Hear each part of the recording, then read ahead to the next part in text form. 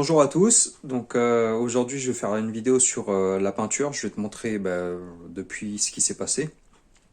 Donc la moto elle a été peinte là entre temps, donc enfin elle a été peinte, j'ai peint le cadre, fourche, tout ça. La fourche tu l'as vu dans la vidéo précédente, le cadre je vais te la faire aujourd'hui la vidéo, je vais te montrer tout ça, tout ce qui s'est passé, puis le résultat, comment ça fait.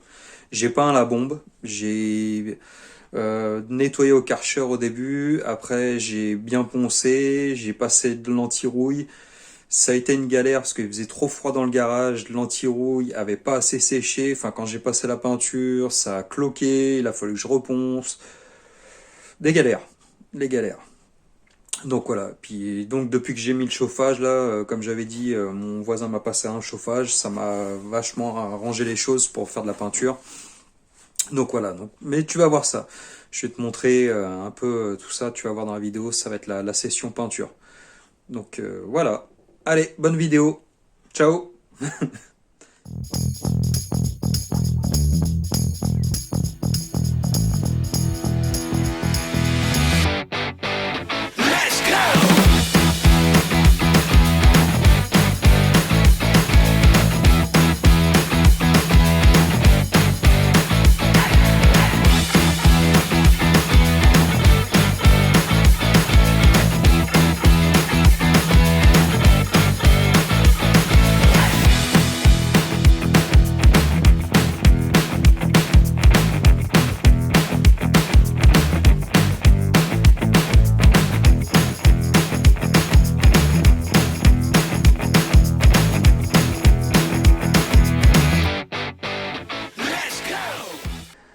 Alors là, le cadre, je l'ai poncé. J'ai poncé le vernis, tout ce qui était brillant, j'ai poncé le plus gros.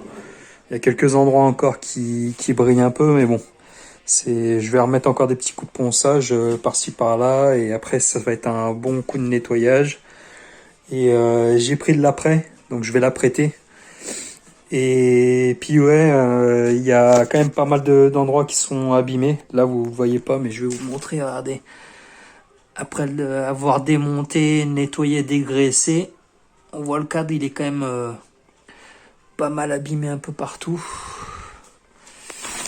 Là, la peinture, là, en fait, c'est côté échappement.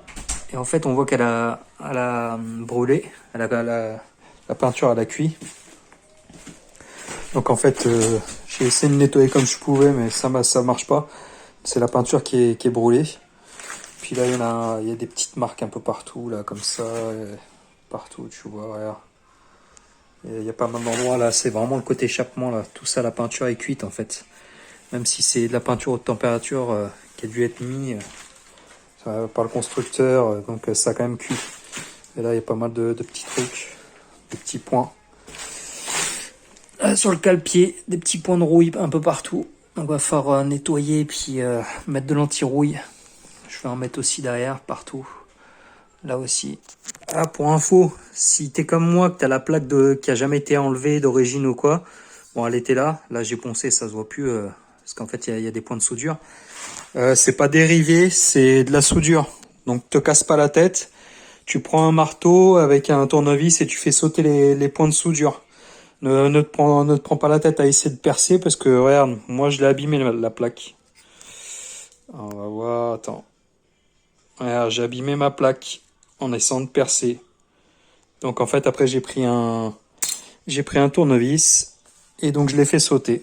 Et comme ça tu te prends pas la tête, et après je repercerai le cadre et je remettrai dérivé. Donc là je vais y mettre de l'anti-rouille incolore. J'ai acheté ça. Je sais pas ce que l'anti-rouille incolore. Donc on verra bien. Il y a marqué comme qu'on pouvait le mettre directement sur la rouille. Moi en tout cas j'ai poncé la rouille avant. J'ai poncé la rouille et puis je vais mettre ça en plus. Et il y a marqué qu'on pouvait directement après mettre un primaire d'accroche ou voire peindre directement. Mais moi je vais mettre un primaire d'accroche. J'ai acheté de l'après.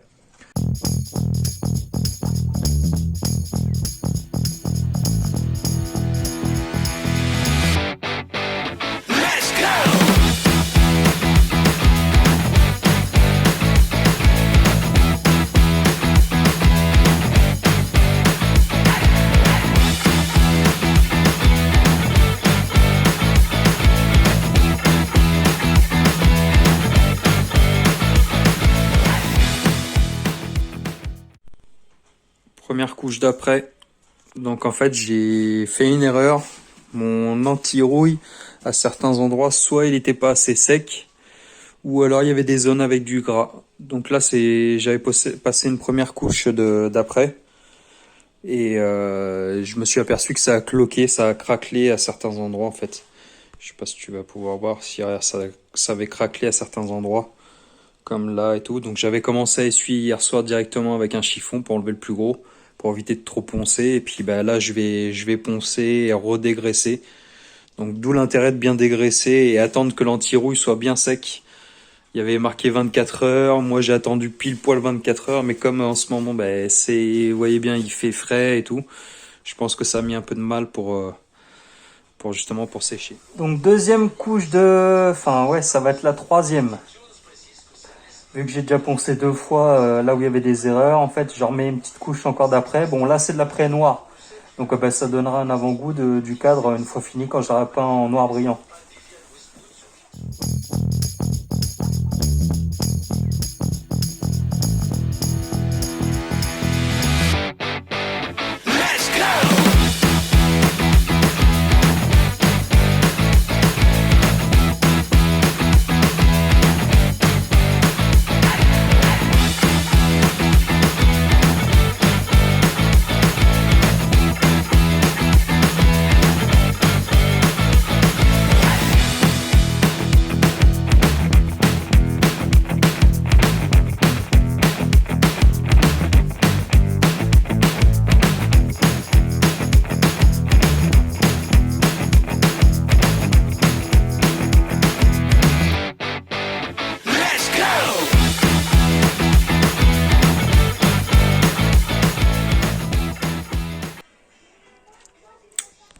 Donc là on est le lendemain de la couche d'après et des 2 couches de peinture. Donc tu vois le cadre, le résultat est assez propre.